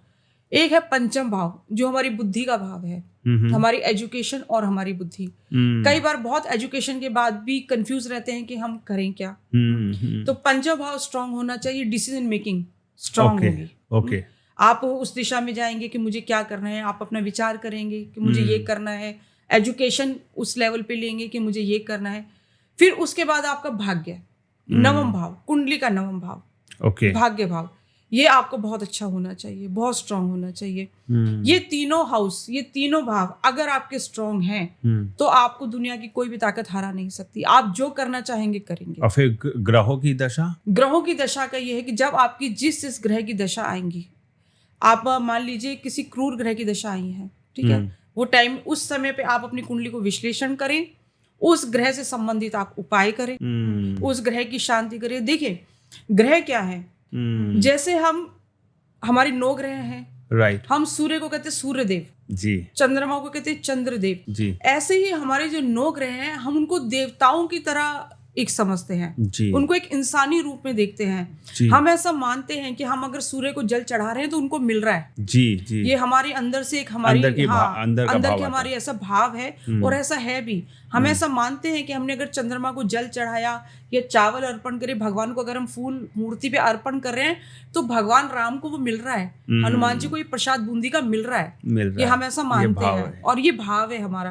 तो ऐसे ही हमारे जो 9 ग्रह है ना, वो भी भगवान रूप में है और हर कोई अपने स्वभाव के अनुसार हमारी कुंडली पे अपना प्रभाव डालता है जी।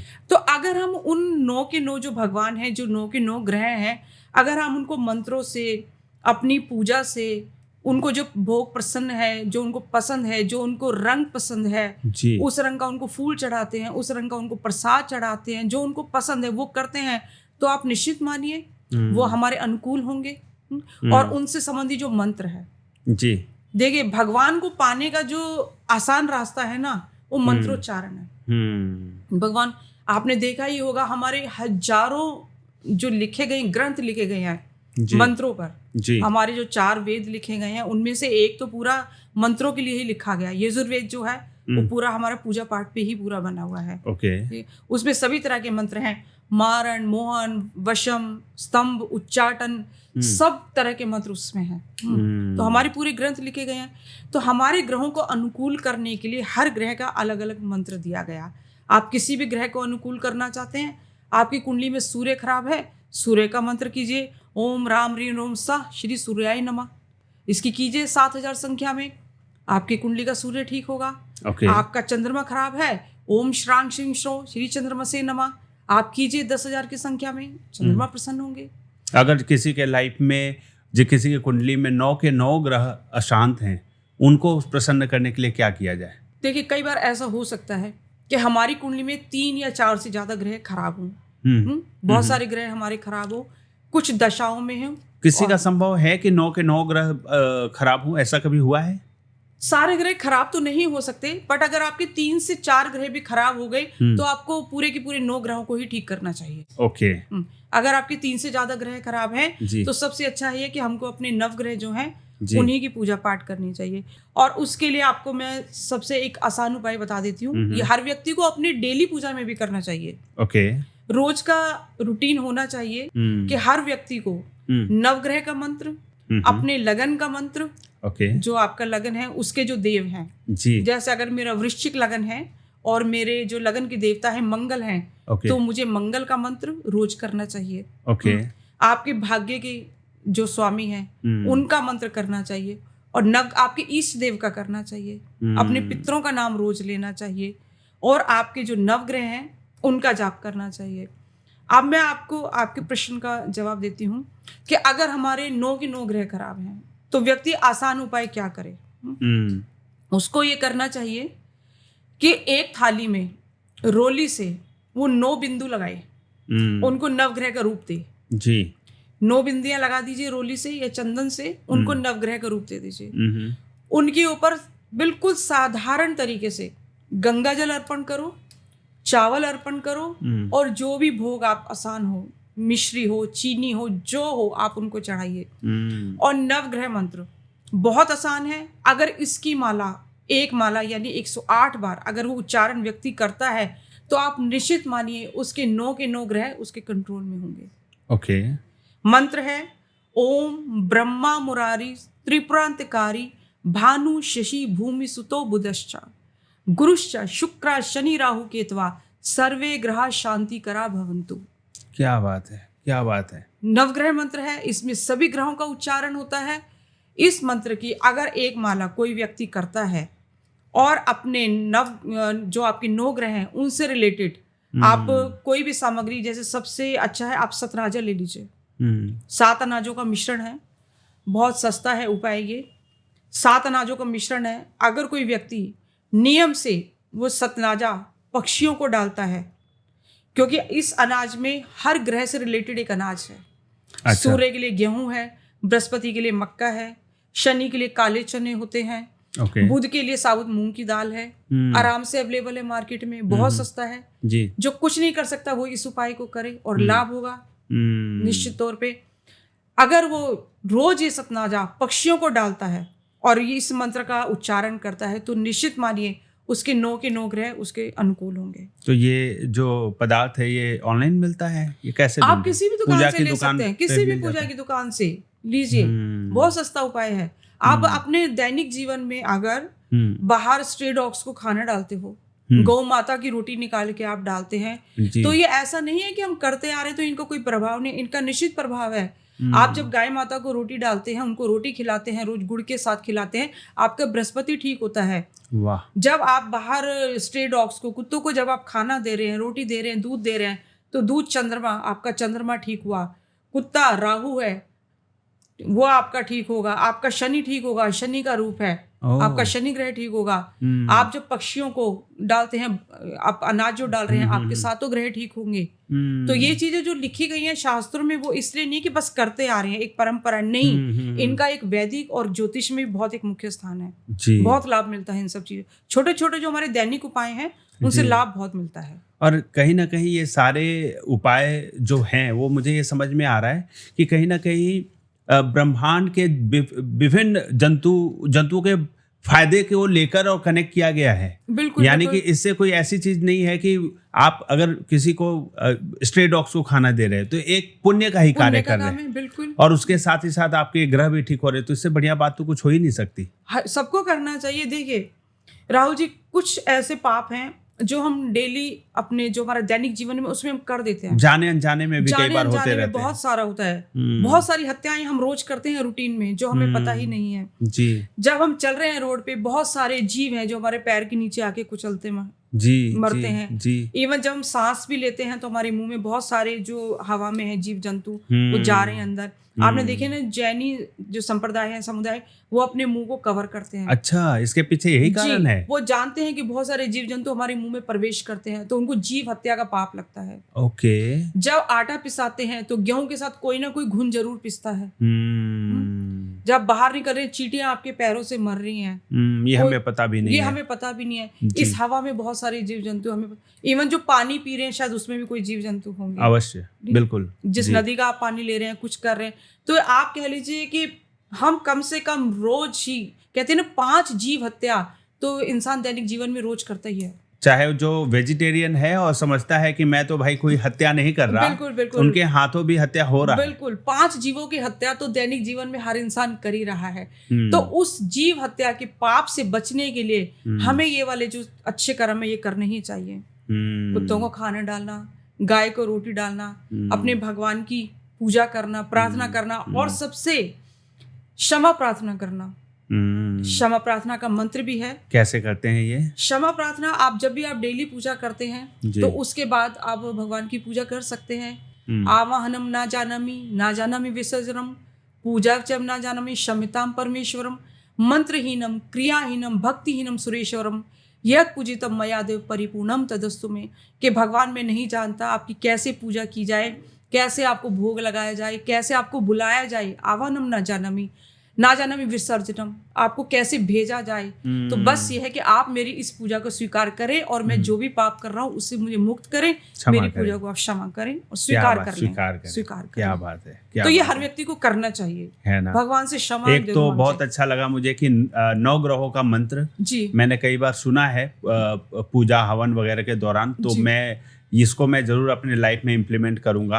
और एक जो क्षमा याचना वाला मंत्र, ये भी मैंने कई बार सुना है, लेकिन वही होता है कि लगता है कि ब्राह्मण देव करा रहे हैं, उन्हीं का हक है, हम खुद से नहीं कर सकते, या हमें ध्यान नहीं जाता। हाँ, ऐसा नहीं है, ब्राह्मण देव करा रहे हैं, खुद से भी करना चाहिए। भगवान से क्षमा तो मांगनी चाहिए जी, उसका शुक्रिया भी करना चाहिए। उसने जो हमें दिया है, भगवान ने जो दिया है, रात दिन शुक्रिया करना चाहिए जी, ना, कर्मों की माफी भी मांगनी चाहिए। राइट। एक और क्वेश्चन मेरे दिमाग में काफी टाइम से अटका हुआ है जो मैं पूछने वाला था, और वो क्वेश्चन ये है कि इंटरनेट में मैंने एक टर्म पढ़ा है और देखा है जी, वशीकरण जी।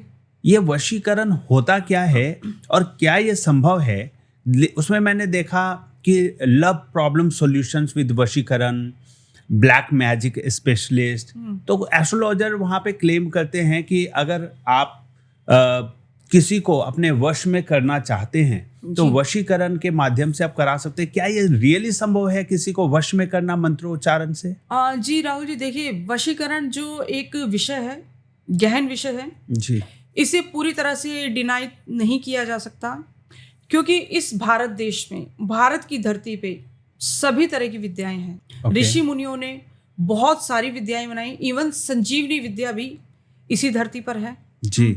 वशीकरण भी है, मारण भी है, उच्चाटन भी है, और वश में करना भी है। सभी तरह की विद्याएं इसी धरती पर हैं। लेकिन उसके एक तो जानकार कम है, दूसरा इन विद्याओं का जितना दुरुपयोग हुआ है और होता जा रहा है, उससे ये विद्याएं लुप्त हो रही हैं। अच्छा जी, दुरुपयोग से विद्या लुप्त हो जाती है, इसका पावर चला जाता है। बिल्कुल पावर जाएगी। जब तक आप इस विद्या को एक अच्छे काम में नहीं लगाएंगे, किसी के भले के लिए आप नहीं करेंगे, सबसे पहले आपके ऊपर आपकी इष्ट देव की कृपा हो जो आपको ये विद्या मिले। ओके, ठीक है।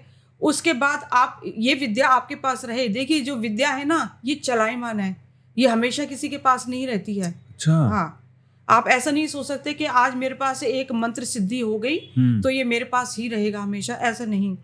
अगर आपने उस विद्या का दुरुपयोग किया तो भगवान आपसे वो विद्या वापस ले सकते हैं। रही बात आपकी वशीकरण वाली बात की, तो वशीकरण जैसी विद्या इस धरती पर है और वशीकरण होता है, वशीकरण होता है। ओके। लेकिन यह है कि अगर वो वशीकरण अगर किसी अच्छी भावना से किया जाए तो वह अवश्य फलीभूत होगा।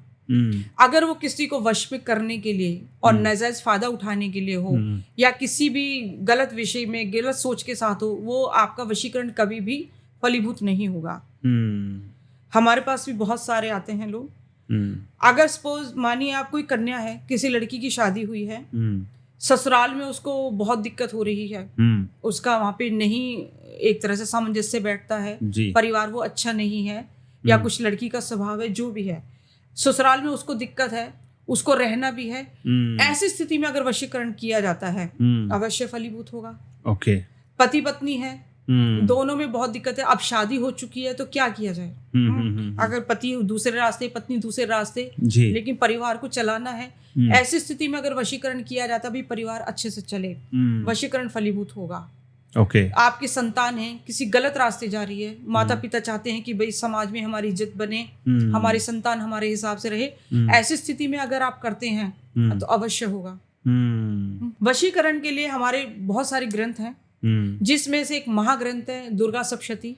ओके। हाँ, और इसमें 700 मंत्र हैं। दुर्गा सप्तशती में जो टोटल हैं 700 मंत्र हैं। उनमें सभी तरह के मंत्र हैं, वशीकरण के भी हैं, उच्चाटन के भी हैं, आपके मारण तक के भी हैं, लेकिन इतना कोई करता है ना करना चाहिए, इतना किसी को करना भी नहीं चाहिए। वशीकरण का दुर्गा सप्तशती का जो सप्तश्लोकी दुर्गा है, उसमें एक पहला ही मंत्र है। अगर कोई वशीकरण करना चाहता है तो उसकी एक विधि है। जैसे अगर नवरात्रों में या दीपावली पे, ग्रहण में, होली में अगर चाहे तो वशीकरण मंत्र को सिद्ध किया जा सकता है और किया भी जा सकता है। साधारण जीवन में अगर किसी को अपने विवाह में कोई दिक्कत आती है, कुछ है, अगर कुछ ऐसा करना चाहते हैं तो उसके लिए मंत्र है। अगर उसकी जप संख्या अगर आप 1.25 लाख करते हैं या 54,000 भी करते हैं तो अवश्य होगा वशीकरण। अब करके देखें। कितने मंत्र होते हैं वशीकरण करने के लिए? वशीकरण के बहुत सारे मंत्र हैं, 100 मंत्र हैं। उनमें से अगर एक उसका भी अगर आपने 54,000 या 1.25 लाख जाप कर लिया तो अवश्य प्रभावशाली होगा वो। अगर किसी को बहुत समस्या है ससुराल में या किसी में भी, अगर वो करना चाहे कर सकता है। इस मंत्र के बारे में, इस मंत्र को यहाँ पे बोला जा सकता है इस पॉडकास्ट में? बिल्कुल बिल्कुल बोला जा सकता है। क्या आप दर्शकों को बताएंगे कौन सा मंत्र है वो 54,000 बार जो करके, जिसको अपनी परेशानी से मुक्ति चाहिए और पॉजिटिव डायरेक्शन में इसको यूज करना है? तो देखिए, सबसे पहले तो अगर आप इस मंत्र का करते हैं, इसको अनुभव करना चाहते हैं, तो आपको सात्विक रहना होगा। आपने अगर 11 दिन का अनुष्ठान किया, आपको 11 दिन सात्विक रहना होगा। आपको 11 दिन भूमि पर सोना होगा, सात्विक भोजन करना होगा। मंत्र सिद्धि का यही है। उसके बाद आप इस मंत्र को करेंगे, आपको मुहूर्त देखना होगा। नवरात्रे हो, ग्रहण हो, होली हो, दीपावली हो, ये इसका मुहूर्त है। अब मंत्र मैं आपको बता देती हूँ। मंत्र बहुत साधारण है परंतु बहुत ही प्रभावशाली है। अगर इसको कोई करता है तो वाकई में वो जो चाहेगा उसको मिलेगा। अच्छा जी। ओके। दुर्गा सप्तशती का ही मंत्र है, आप इसको कीजिए। ये सप्तश्लोकी दुर्गा से है। पहला मंत्र है उसका, ओम ज्ञानी नामपि चेतांसी देवी भगवती ही सा बलादा कृषे मोहाय महामाया प्रच्छति। अब इसका जो अर्थ है वो ये है कि जो ज्ञानी लोग हैं, मतलब ज्ञानी लोग जो हमारे ओपोजिट है, जिनको हम चाहते हैं, उनको भी महामाया देवी बलाद कृष्य, मतलब उनको फोर्सफुली खींचकर हमारे पास लाएं। वाह। जो ज्ञानी लोग हैं, जो हमारे शत्रु हैं, जो ओपोजिट हैं, जो हमें डाउन करना चाहते हैं, उनको भी महामाया देवी, महामाया वो है, आपको पता है भगवान कृष्ण की बहन है, जिनको जन्म के समय पटक दिया गया था और वो महामाया बन के उड़ गई थी, वो महामाया है। तो वो कहती हैं कि अगर इस मंत्र को आप करें तो ज्ञानी लोगों को बलाद कृष्य, बलपूर्वक आप फोर्सफुली खींच के हमारे पास लाएंगी। क्या बात है, क्या बात है। इस मंत्र को कीजिए, अवश्य लाभ होगा। लेकिन वही है कि वो विधि से ही किया जाए, तभी इसका फल मिलेगा। हाँ, त्रुटि नहीं होनी चाहिए। अगर त्रुटि होगी तो शायद गलत हो सकता है। अब ब्लैक मैजिक भी कोई कर सकता है किसी के ऊपर? अब ब्लैक मैजिक करके क्या नुकसान किया जा सकता है? देखिए, वैसे तो ब्लैक मैजिक के नाम पे लोगों को ज्यादातर बहकाया ही जा रहा है। ब्लैक मैजिक है, बहुत तरह का है, लेकिन ब्लैक मैजिक इतना आसान भी नहीं है कि आपने 200-400 रुपए खर्च किए और किसी को भी आप चाहें तो ब्लैक मैजिक करके या तो मार दें, अपने पास ले आएं, उसको वश में कर लें या उसका बर्बाद कर दें। ये नहीं हो सकता। ब्लैक मैजिक है, उसके बहुत सारे हैं। एक है ब्लैक मैजिक जो एक सात्विक तरीके से होगा, मंत्रों से होगा। दूसरा ब्लैक मैजिक जिसको हम बोलते हैं वामपंथी जो करते हैं। एक है दक्षिण मार्गी जो वैदिक रीति से करेंगे ब्लैक मैजिक या जो भी पूजा पाठ, वो है दक्षिण मार्गी। एक है वाम मार्गी जिनको अघोरी हो गए, तांत्रिक हो गए, उनका एक अपना तरीका है करने का। असर दोनों ही करेंगे, अगर उनको ठीक से किया जाए असर दोनों ही करेंगे। ब्लैक मैजिक असर करता है, ऐसी बात नहीं करता है, अगर उसको करने वाले जानकार ठीक हैं, जिसमें उनका भी नुकसान ना हो और जिसके ऊपर किया जा रहा है उसका भी ऐसा कोई नुकसान ना हो। हाँ, अगर आप ब्लैक मैजिक वाली बात करते हैं, अगर आप गलत भावना से किसी के ऊपर ब्लैक मैजिक करवा रहे हैं, अगर कोई भी ज्योतिष, कोई भी पंडित, कोई भी अघोरी तांत्रिक आपको कहता है कि मैं कर दूंगा, तो आप ये निश्चित मानिए कि आपको उसका खामियाजा भुगतना पड़ेगा। अच्छा, हाँ, ओके। ब्लैक मैजिक कभी भी खाली नहीं जाएगा। अगर आप किसी के लिए भी बुरा कर रहे हैं, आप किसी से करवा रहे हैं बेशक, लेकिन करवाने वाले आप है ना जी, तो आपके ऊपर उसका उल्टा असर आएगा जरूर। तो आप ये मान के चलिए, अगर ऐसी कोई भी क्रिया करने से पहले आप 100 बार सोचिए कि उसका जो खामियाजा आपको और आपके परिवार को भुगतना पड़ेगा। हमने देखा है बहुत बहुत बड़े तांत्रिक हैं जिनका अंत बहुत बुरा हुआ। अच्छा, ओके। उनका अंत बहुत बुरा हुआ। बहुत ग्रंथ लिखे उन्होंने, बहुत इस विषय पे किताबें लिखी। हमने पता चला हमें कि माँ देवी उनको सपने में आके दर्शन देती थी, है ना। ऐसी वो तंत्र विद्या करते थे, परंतु अंत उनका बहुत बुरा हुआ। तो मेरा पर्सनल यही मानना है कि ऐसी किसी विषय में नहीं जाना चाहिए, ऐसी किसी विद्या में नहीं जाना चाहिए। आप जो भी पूजा करें, जो भी करें, आपको सात्विक तरीके से करनी चाहिए। और लोगों की भलाई के लिए, दुरुपयोग के लिए करेंगे तो उसका नुकसान झेलना पड़ेगा। गलत भावना से आप करेंगे तो आपके ऊपर आएगा, ये कंफर्म है। ये आप पहले सोच के चलिए, अगर हम किसी के लिए कर रहे हैं वो हमें उसको भुगतना पड़ेगा, हमारी संतान को भुगतना पड़ेगा।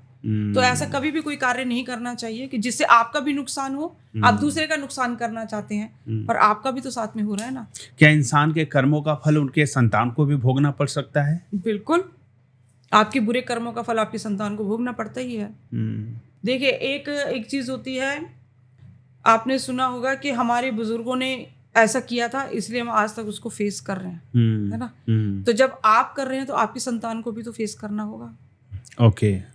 आप अगर बुरा करेंगे आपकी संतान को उसका खामियाजा करना पड़ेगा। संतान का बुरा किया हुआ माता पिता को फेस कम करना पड़ता है, परंतु माता पिता का किया हुआ संतान को करना पड़ता है, फेस करना पड़ता है। और ये पितृदोष क्या है? क्या हमारे पूर्वज क्या अपने ही परिवार का, अपने ही लोगों का अहित कर सकते हैं? क्या उनका बुरा कर सकते हैं? कहते हैं पितृदोष है आपके ऊपर, आपके पूर्वज खुश नहीं है इसलिए आपके घर में ये संकट आया हुआ है, ये परेशानी आ रही है, बच्चा नहीं हो रहा, या परिवार में पैसों की तंगी है, या खटपट चल रहा है, अशांति है, ऐसी चीज़ें होती हैं। क्या पितृदोष से नुकसान होता है? ये सच है? या अपने ही पितर नुकसान कर सकते हैं अपने परिवार का? देखिए राहुल जी, सबसे पहले बात है कि पितृदोष आया क्यों। उससे पहले भी एक बात है कि पितृदोष किसी एक व्यक्ति की कुंडली में नहीं हो सकता। अगर परिवार में 4 भाई हैं तो किसी एक की कुंडली में पितृदोष सिर्फ नहीं हो सकता, मेरा ऐसा मानना है। क्योंकि जो पितृ हैं, जो बुजुर्ग हैं आपके, वो तो सभी के हैं ना जी। अगर दादा किसी एक व्यक्ति के थे तो दादा सबके हैं ना जी। और पितृदोष आएगा तो उनके जो और भी होंगे, चाचा ताऊ, पूरी फैमिली, वो सभी के पितृ हैं जी। तो अगर कोई भी ऐसे भ्रमित करता है कि एक व्यक्ति की कुंडली में पितृदोष है, तो मैं ऐसा मानती हूँ कि पितृदोष नहीं असर करेगा। तो एक व्यक्ति को कष्ट नहीं दे सकता, कष्ट देगा तो पूरे परिवार को देगा, सबके पितृ है ना। अब पितृदोष होता क्यों है? अगर कुंडली की बात करते हैं ज्योतिष की, तो जब भी हमारा सूर्य और बृहस्पति पीड़ित होगा, राहु से हो, केतु से हो, शनि से हो, तो पितृदोष का निर्माण करेगा कुंडली में। अब पितृदोष क्यों हुआ? कई बार ऐसा होता है कि जाने अनजाने में परिवार में किसी बुजुर्ग की अगर मृत्यु हुई हो सकता है वो बहुत कम आयु का रहा हो सकता है किसी की गर्भ में ही मृत्यु हो गई हो जिसका हमें ज्ञान ही ना हो जी। तो उसके तो संस्कार जो होते हैं पूरे नहीं हो पाते। उसके निमित्त जो भी दान पूजा होती है, जो भी हवन, जो भी हम लोग करते हैं मृत्यु पश्चात, वो नहीं हो पाता। तो उस व्यक्ति की जो आत्मा है, जो हमारी वो है पितृ, वो पितृदोष बन के कुंडली में आते हैं। ओके।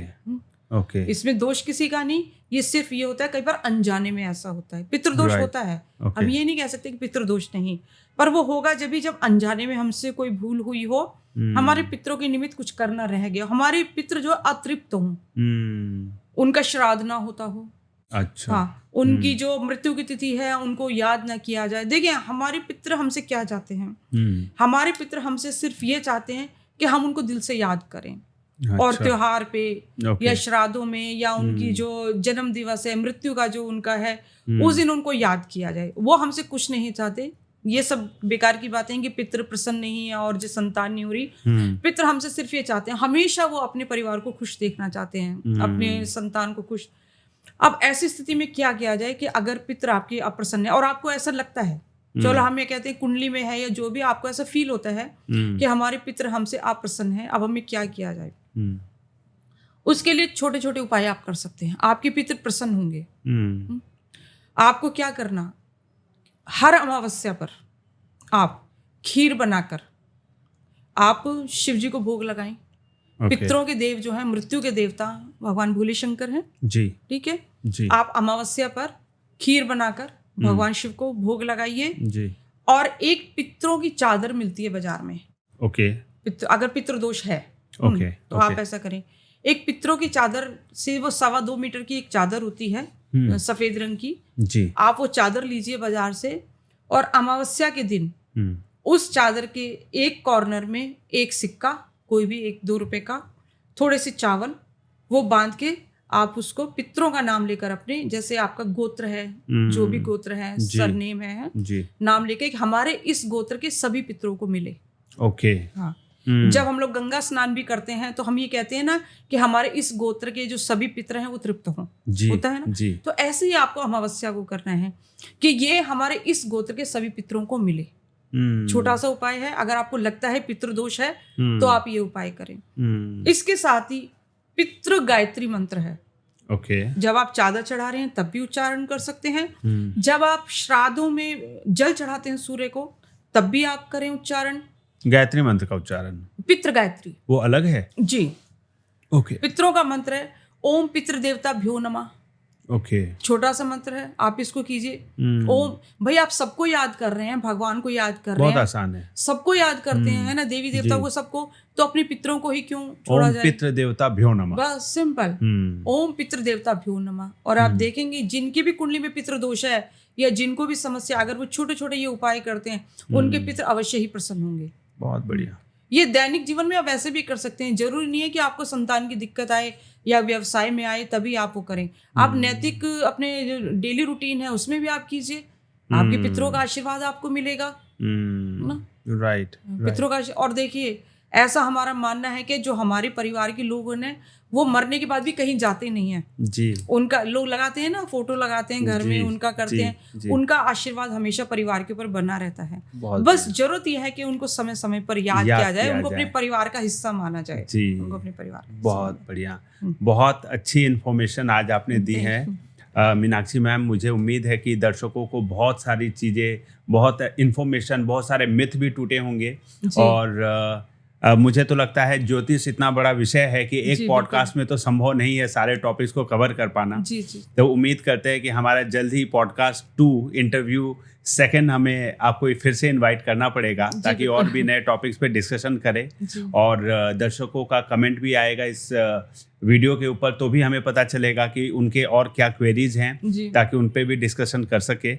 और अभी के लिए हम यहीं पे इस पॉडकास्ट को समाप्त करते हैं एक आखिरी सवाल के साथ कि जो लोग एस्ट्रोलॉजी में अपना करियर बनाना चाहते हैं, कई लोगों का इंटरेस्ट है एस्ट्रोलॉजी विषय में और उम्मीद करते हैं कि उनके भाग्य में भी, उनके कुंडली में भी शायद इस विद्या को प्राप्त करने का योग हो, तो कितना समय लगेगा एक परिपक्व एस्ट्रोलॉजर बनने में? क्योंकि ये साइंस तो ऑब्वियसली बहुत डीप है, कितना टाइम लगेगा और कैसे वो लोग एस्ट्रोलॉजी सीख सकते हैं? देखिए, ज्योतिष सीख सकते हैं, ऐसी कोई दिक्कत नहीं है। अगर आपके ग्रह आपको अनुकूल हैं, ज्योतिष की तरफ आपको ले जाते हैं, आप सीख सकते हैं।